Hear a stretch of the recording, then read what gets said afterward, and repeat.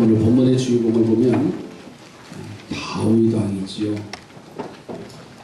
이스라엘의 왕으로서 하나님을 잘 섬기고 복을 받은 대표적인 인물이 다윗 왕입니다. 그런데 우리가 주목해야 할 것은 다윗이 하나님 앞에 용서받을 수 없는 실수를 범한 사람이에요. 그런데도 하나님은 그를 용서하시고 그에게 한없는 복을 내려주셨어요. 그 이유를 찾아보면 여러 가지가 있겠지만은 그는 어려움 속에서 언제나 감사하고 그 힘든 여정 속에서도 하나님을 찬양하는 왕이었어요. 그리고 죄를 회개하는 일에 게으르지 않았어요. 그런 그의 신앙을 가장 잘 설명해 준 내용이 오늘 본문 시편 9편의 내용이에요. 그가 골리앗을 무너뜨리고 일약 이스라엘의 민족의 영웅이 되었는데 그것이 곧 환난의 시작이지요. 소문이 돕니다. 백성들이 입에서 자자합니다. 다윗은 만만이요 사울은 천천이다. 그 인기가 하늘을 찌를 듯한 인기에 오릅니다. 그런데 사울 왕은 자신의 자리가 위태로울까봐 다윗을 사위로 삼았지만 다윗을 해하려고 하는 그 모습을 볼 수가 있어요. 그러니까 그 블레셋과의 전쟁에 골리앗과의 전쟁의 싸움의 시작이 환난의 시작이었고 그 백성들의 환호하는 그 소리가 감당할 수 없는 사울왕 시기를 불러일으켰어요.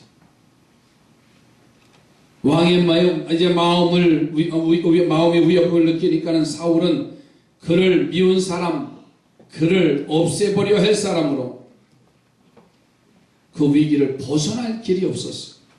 그때부터 그는 어려운 자리에 처하게 되지만 다윗은요 어렵고 힘들면 힘들수록 하나님을 향해서 감사와 찬양을 멈추지 않았어요. 힘들면 포기하지 않았어요. 어려우면 길이 막히면 좌절하지 않았어요. 그 시를 표현한 게 시편 23편의 시지요. 내가 사망의 음침한 골짜기로 다닐지라도 해를 두려워하지 않는 것은 주께서 나와 함께 하심이라. 주의 지팡이와 막대기가 나를 안위하시나이다. 이런 고백을 하면서 힘들고 위기가 왔을 때마다 하나님을 찬송하고 기도하는 사람이에요. 밧세바를 옳지 않게 취하고 그것을 감추기 위해서 그의 남편 우리아를 죽이는 죄를 범한 다윗이지만은 나단 선지자의 책망으로 인해서 다윗은 그 죄를 실수를 감추지 않습니다. 그는 그 자리에서 무릎을 꿇습니다. 자신의 죄를 고백합니다. 그 밤에 그의 침상이 젖을 정도로 하나님 앞에 두 손 들고 자기는 이러한 사람이라, 나는 죄가 많은 사람이라, 어리석은 사람이라고 하면서 통해 자복을 합니다. 어려운 처지에 처해도 감사와 찬송을 잃지 않았던 그가 실수했어도 그것을 감추지 않았던 다윗, 오늘 본문 속에서도 그 모습을 볼 수가 있어요. 여러분 1절 2절 말씀에 보시면 다윗이 이렇게 고백을 합니다. 내가 전심으로 여호와께 감사하며 주의 모든 귀한 일들을 전하리라. 내가 주를 기뻐하고 즐거워하며 지존하신 주의 이름을 찬송하리니. 그랬어요. 우리도 어려움 속에서 있을 때마다 한숨 쉬고 원망하고 낙심한다면 다윗이 받은 축복을 받을 수 없을 뿐만 아니라 인생을 누릴 길이 없어요. 그래서 오늘 이 아침에는 어려움 속에서 감사하고 찬송하는 다윗의 믿음의 근거를 소개하면서 같이 은혜를 나누고자 합니다. 따라서 합시다. 어둠 속에서 감사하고 찬송하자. 어둠 속에서 감사하고 찬송하는 일.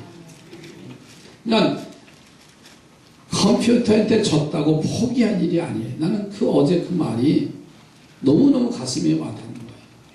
사람이 패한 게 아니라 이세돌 개인이 패한 것이다. 그러면서 다시 한번 우리를 생각하게 하는 엄청난 메시지를 전했어요. 참 재미있는 것들이 요즘 그 알파고 때문에, 특목고 때문에 아주 인기가 있잖아요. 알파고는 바동 명문 고등학교고, 미스고는 미모 관리 학교고, 네디고는 시작하는 법을 알려주는 학교래. 생활고는 가난을 극복하는 학교라고, 냉장고는 상하지 않게 보관해주는 학교고, 반창고는 찢어지면 수습을 해주는 학교고, 화약고는 화약 전문 학교고, 아이고는 어린아이가 다니는 학교고, 무기고는 방위산업체 학교고, 헛수고는 다녀봐야 아무 소용이 없던 학교고, 이육고는 기다리며 기회가 온다고 가르치는 학교고, 검은고는 교실 책상 모두가 검은색 학교래. 여리고는 마음이 여린 학생들이 다니는 학교고, 줄이고는 헐벗은 학생들이 다니는 학교고, 리디아고가 있대. 리디아고 뭔지 아세요? 골프 명문 학교. 지금 별 갖다 다 갖다 붙였어요. 그걸 보면서 한참 무서웠어. 이 알파고 때문에. 아마 사고고국을 대면해서 우리 인간 사람들에게 엄청난 도전을 저는 줄 것 같아요. 컴퓨터 1200대가 한 사람이 정말 바둑천재 이세돌이 그 하는 그 모습을 저도 괜찮아요. 그러나 우리 사람들이 앞으로 어떻게 대처해야 할 것인가.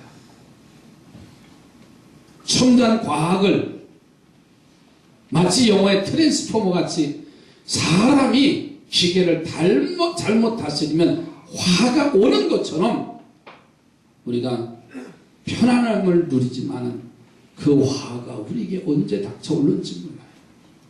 지식을 배우는 게 아니라 인성을 배워야 되고요. 더 나아가서는 영적인 삶이 되어지지 않으면 점점 우리는 암울한 세계에 지금 달려갈 수밖에 없어요. 그러다 보면 위기가 오고 상황이 어렵게 되면 헤쳐나갈 힘이 없어요. 3주 전에 우리나라가 50개가 1등이 되잖아요. OECD 국가 아시지요? 그 안에 자살률이 1위라는 거 아시지요? 비참한 일이에요. 저는 오늘 믿음의 사람들은 어려움에 오면, 위기가 오면 뭐하고? 찬송하고, 위기가 오면 뭐하고? 기도하고, 감사하면 그 사람은 이기게 돼 있어요. 저는 그래서 오늘 본문 속에서 세 가지 말씀을 드리는데, 첫째로 하나님이 이기게 하실 것을 믿습니다. 이 고백이 있어야 돼요. 여러분 3절 4절 한번 보세요. 내 원수들이 물러갈 때 주 앞에서 넘어져 망하리이다. 4절 주께서 나의 의와 송사를 변호하셨으며 보좌에 앉으사 의롭게 심판하셨나이다. 그러니까 옛날의 왕의 권세는요 대단합니다. 그 무엇과도 비교할 수 없어. 오명이요, 그 한마디면 그 생명을 살리기도 하고 죽이기도 하고 그 문제를 해결하기도 하고 그 문제를 뒤엎어버릴 수도 있어. 그러므로 왕에게 미움을 받았다고 하는 것은요, 사울 왕에게 미움을 받았다는 것은 곧 죽음을 의미하며 극복할 길이 없는 거예요. 지금 다윗이 처한 상황이 바로 그러한 상황입니다. 그런데 그가 기가 막힌 자리에 있으면서도 다윗은 하나님을 믿는 자였고요. 그 하나님이 그런 옳지 않는 왕을 이기게 해주실 것이다. 이렇게 믿었어요. 그래서 그는 원수가 물러갈 때에 주의 앞에서 넘어질 것이라고 찬송했고 하나님이 의롭게 심판하실 것이라고 고백하는 겁니다. 그러니까 그런 믿음이 있었기 때문에 정말 하늘이 무너질 것 같은 절망적인 상황 속에서도요 믿음을 갖고 일어난 자인 줄로 믿습니다. 하나님을 믿고 전능하신 하나님을 의지하시기 바랍니다. 우리 옆에 분하고 하나님을 의지하시기 바랍니다. 하나님 의지하면 내 삶이 아무리 어렵고 환경이 어려워도요 하나님 도와주세요. 하나님 축복하십니다. 그것을 바라보고 믿기에 다윗처럼 나는 감사하고 찬송할 수 있어요. 어려울 때 감사할 수 있을까요? 힘들고 괴로울 때 그 찬송이 나오나요? 이 다윗은요 힘들고 어려울 때 감사하고 찬송하고 기도의 사랑으로 하나님 세워주시니 이겼어요. 히스기야 왕 때 아수르 왕 사네립이 수십만 대군을 이끌고 유다를 침공해 옵니다. 예루살렘 성을 포위하고서는 그 군대 장관 랍사게가 유다 방언으로 히스기야 왕을 항복하기를 조롱을 해요. 지금까지 아수르를 대항한 나라들도 다 강한 신들이 있었지만은 모든 아수르에게 망합니다.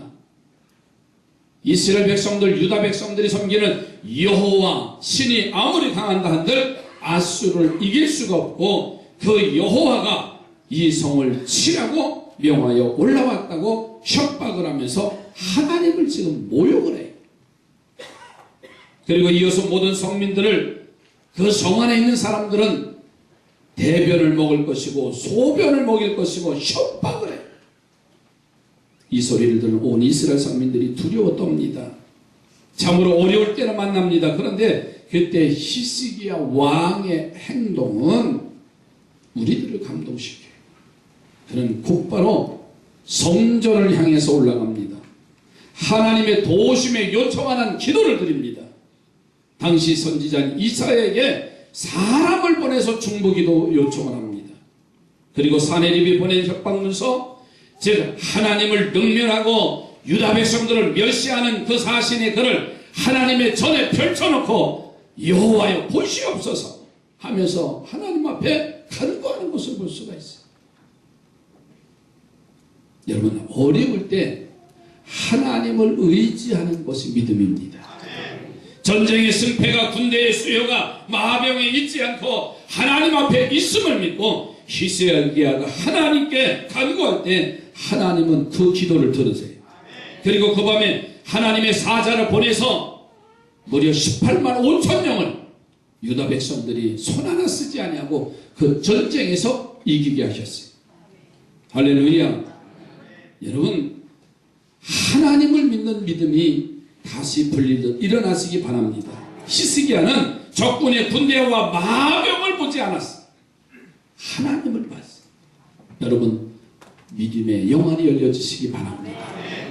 그래서 하나님을 볼 수 있는 자, 그리고 하나님이 도와주시면 아무리 강한 군대라 할지라도 이기게 하실 줄로 믿습니다. 그 믿음이 그런 대성을 이끌어냈고요, 하나님께 영광 돌리게 된 줄로 믿습니다. 내 환경, 나의 여건, 어려운 상황 속에서도 하나님이 이기게 해주실 것을 믿고 다윗처럼 기도하고 감사하고 찬송한다면 하나님이 그 일들을 잠재워 주실 것이고 의로운 판단으로 우리를 지켜주실 줄로 믿습니다.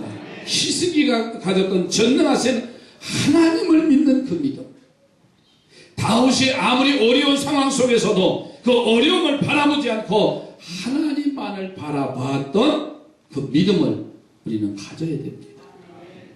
두 번째로는 공의로 판단하시는 하나님을 믿었기 때문에 그가 어려운 상황 속에서도 감사할 수 있고 찬송할 수가 있어요. 여러분 7절 8절에 가서 또 볼까요? 여호와께서 영원히 앉으시며 심판을 위하여 보좌를 준비하셨도다. 공의로 세계를 심판하시며 정직으로 만민에게 판결을 내리시리로다. 그러니까 다윗은 그가 믿는 하나님은 공의로우신 하나님이라는 걸 믿었습니다. 공의롭다는 것은요, 어느 한쪽에 치우치지 않고 공평하게 판단하고 처리하는 것을 공의롭다 이렇게 표현해요. 사실 사람은 여러분 공의로울 수가 없어요. 아주 정직하게 판단한 것 같지만 사실은 한쪽에 기울게 되어져 있어요. 어떤 어머니가 아들네 집을 방문했는데 아들이 초인종 소리를 듣고 고무장갑을 끼고 현관문으로 달려오더래요. 그래서 이유를 물었더니 그 아내가 몸살이 나서 하루 휴가를 내서 집안일을 한다는 거예요. 근데 마음이 매우 안 좋더래. 내가 이 아들이 어떻게 키웠는데 아니 이 귀한 아들을 파출부일을 시키는가 생각이 막 확 들더래. 속상해서 이제 아들네 들렸다가 그 다음날 딸네 시집간 딸네들한테 갔대요. 초인종을 딱 눌렀더니 사위가 고무장갑을 끼고 나오더래요. 그랬더니 이 어머니 마음이 어떻게 계세요? 아니 아들이 고무장갑 끼면 안 돼요? 네. 고무장갑 끼면 별 문제가 없어야 되고요. 그렇다면 사위가 고무장갑 끼면 어때요? 네, 아니에요. 뭔가 한쪽으로 지금 사람 기울어지게 돼 있어요. 지금 정치판 보세요. 뭐 가지쳐내고 뭐하고 지금 뭐 한다는지라도요. 다 치우치게 돼 있어요. 아닙니다. 아주 공평한 저울차 때 사람에게는 그럴 수 없어요. 이게 우리 인간의 마음이 발은 안으로 굽는다는 속담이 있어요. 그런데 우리 하나님은 안 그러신다는 거예요. 옳은 자에게는 옳게 판단하시고 잘못된 자에게는 죄를 지적하시고 책망하시고 심판하시는 하나님이라는 거예요. 이것을 다윗이 믿었어요.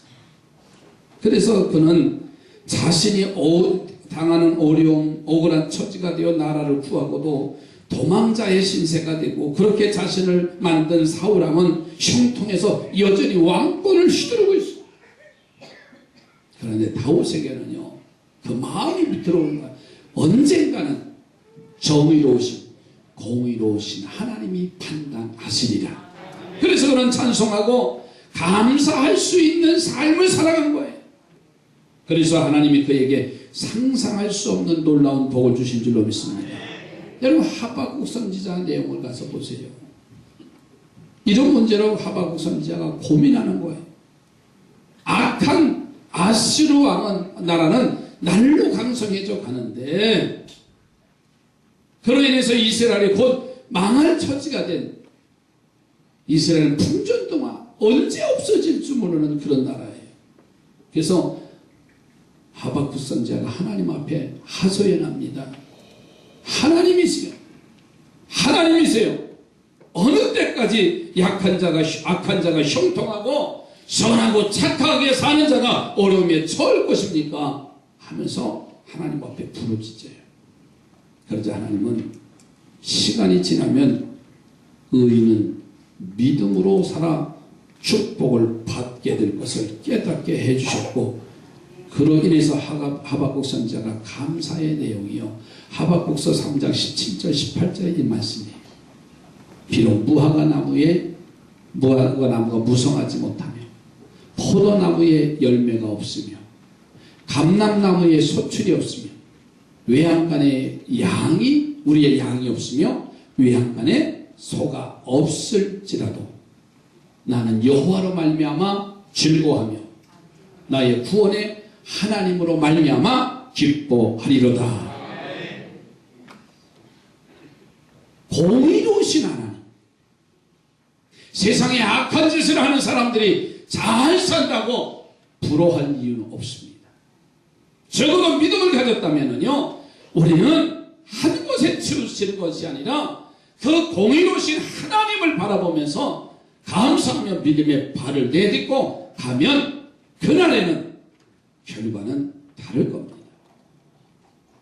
우스운 얘기 하나 또 할게요.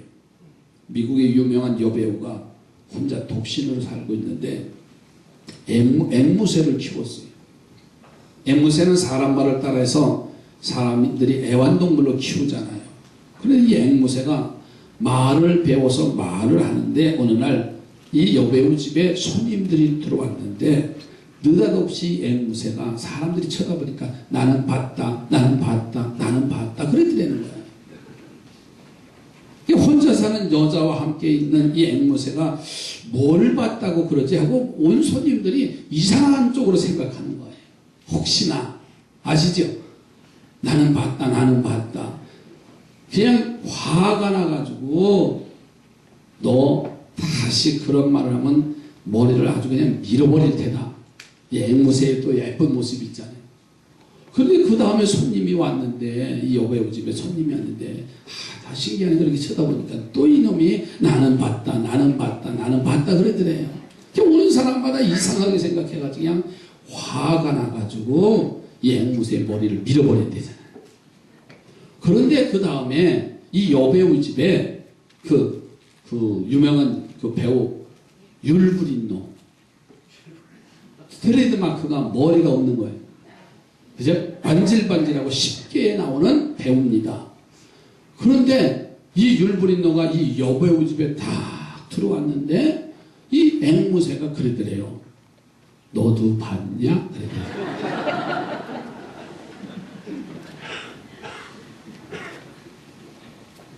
세상은요, 이렇게 본 걸 봤다고 해도 안 되는 것이에요.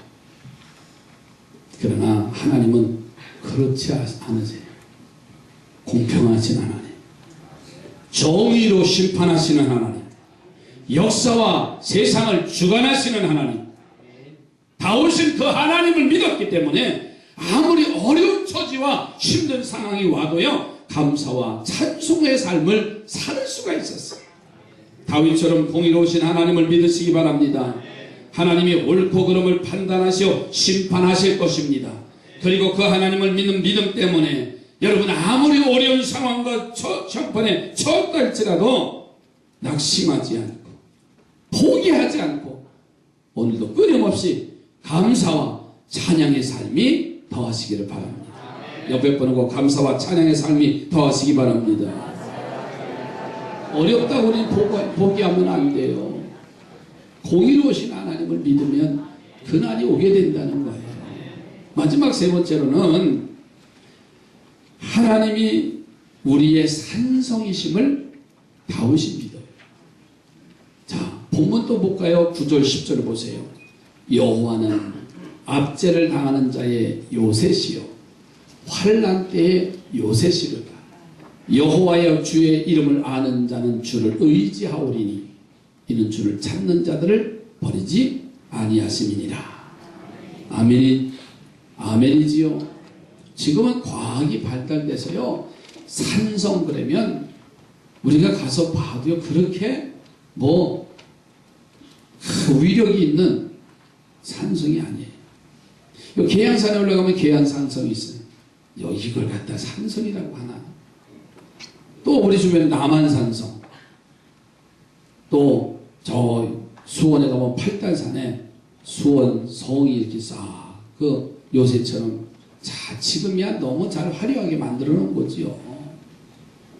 근데 아무것도 없는 그 시대에 산성이라고 하는 것은요, 요새라는 것은요, 사람이 침략할 수 없는, 침입해 올 수 없는 그러한 요새입니다.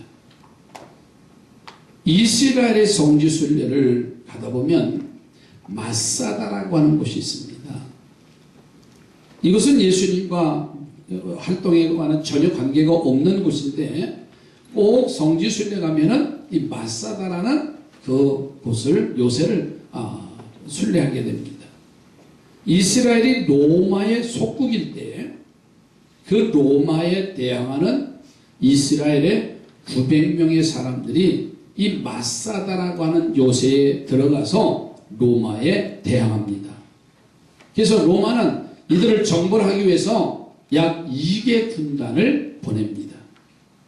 그러나 산꼭대기에서 펼쳐진 이 산성이고 요새이기 때문에 도저히 정복할 수가 없어요. 그래서 무려 2년에 걸쳐서 마사다에 가면 그 뒤편으로 2만 명의 로마 군인을 동원시켜서 그 산성을 요새를 쌓아가요. 그 높은 곳을 반대편으로부터 그것을 메꾸어 가지고 이 마사다를 점령합니다. 마지막 남아 있는 사람들은 그곳에서 자결을 합니다.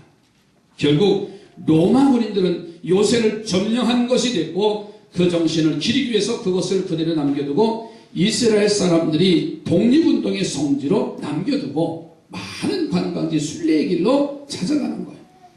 저도 가봤습니다만은 그곳을 케이블카 타고 올라가야 돼요. 그 안에 가보니까는 물을 저장할 수 있는 저주수지와 같은 물탱크가 있고요.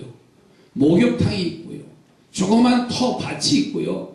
거기서 뭔가 자급자족하면서 해결하면서 저항했던 그 흔적들이 있는 것을 볼 수가 있어요. 세상의 산성, 세상의 요새는 결국 허물어집니다. 무너집니다. 점령됩니다. 그러나 우리 하나님의 품 안에 있는 사람은 영원히 무너지지 않는 것을 우리는 알고 믿으시기 바랍니다. 그러니까 사람은요, 우리 마음이 무너지면 다 무너져요. 얼마나 약한지 몰라요. 어제도 우리 장성훈 장로님 딸 우리 장영미 사모님을 가로교에서 만났어요. 행사 때문에. 근데 날 보자마자 이러는 거 있잖아요. 목사님 왜 이렇게 말랐어요? 얼굴이 살이 빠졌어요. 나는 아무렇지도 않은데. 그래가지고 집에 와서요. 거울 봤다니까요. 그럼 자꾸만 그런 말을 해요. 진짜 빠졌나? 여보 나 빠졌어? 이제 또 빠졌대요. 이거 어떻게 먹고 해죠? 사람의 말 한마디가 우리의 마음이 그렇게 무너지고. 옆에 분은 말 조심합시다. 별거 아닌데. 오늘 은혜스럽지요? 그러면 은혜스럽다고 하면 나가면 되는 거예요. 그랬더니 오늘도 알포고 얘기만 하고 그러면요 그게 나는 죽쓰는 거예요 그날. 아니 아침에 밥을 잘 청소도 다 해놓고 음식을 잘했는데 그 남자들은 그래도 맛있다고 한마디 해야 될 거 아니에요. 아멘도 안 하는 거 봐요. 그냥 국이라도 그냥 계란국이라도 끓여놨으면 아유 여보 맛있다. 남자들 한번 해보시다. 맛있다. 해봤어요. 그게 하지요. 그 말 한마디면요. 식당에 가서도 마찬가지예요. 만약에 중리학이 삼산점 가서 죽을 먹으러 갔는데 죽이 이러냐. 아니 죽이 그렇지 어때. 그잖아요. 짜면 임마 그냥 말 한마디에 맛있다. 내가 보니까 여기 최종민 원사가 이제 피자집을 시작하는데 지금 연습하더라고요. 아니 소뚜껑도 안 잡아봤죠. 밀가루도 안 만졌던 사람이 그 밀가루 만지는데 처음부터 맛있겠어요? 사진에 올려놨길래 가서 연습한 데나 가서 보니까는 먹고 나서 맛있다 그랬지. 아시죠? 네, 전에 맛있게 최고의 고수가 만드는 것보다 덜한데 그냥 맛있습니다. 그리고 나왔어요. 진짜 맛있는 줄 알고 죽은 똥 살 뻔 연습하잖아요. 근데 만약에 여러분들이 가서 아니 연습하는 데 가서 얻어먹었으면 됐지. 그걸 이것도 피자라고 했어. 그 말 한마디에 상처 안 받겠어요? 난 한번 따라서 맛있습니다. 그 한마디면 돼요. 지난번에 국수 끓였잖아요. 내가 보니까 꿈이 하나도 안 날라갔어. 그런 국수가 어디 있어? 나도 끓이려면 다 끓여. 근데 다 같이 하나같이 맛있습니다. 그러니까는 국수 할까 말까 또 할까 말까 갈등 있잖아요. 저 맛있다니까. 사람 마음 하나 무너지면요, 아무리 요새와 산성 같다 할지라도요, 무너질 수밖에 없어요. 이 마음을 무너뜨리지 않는 유일한 길은 주님 의지하는 길이에요. 힘들고 어려워도 주님이 그 일을 이루실 겁니다. 하나님이 나의 산성이십니다. 그러면 무너지지 않는 거예요.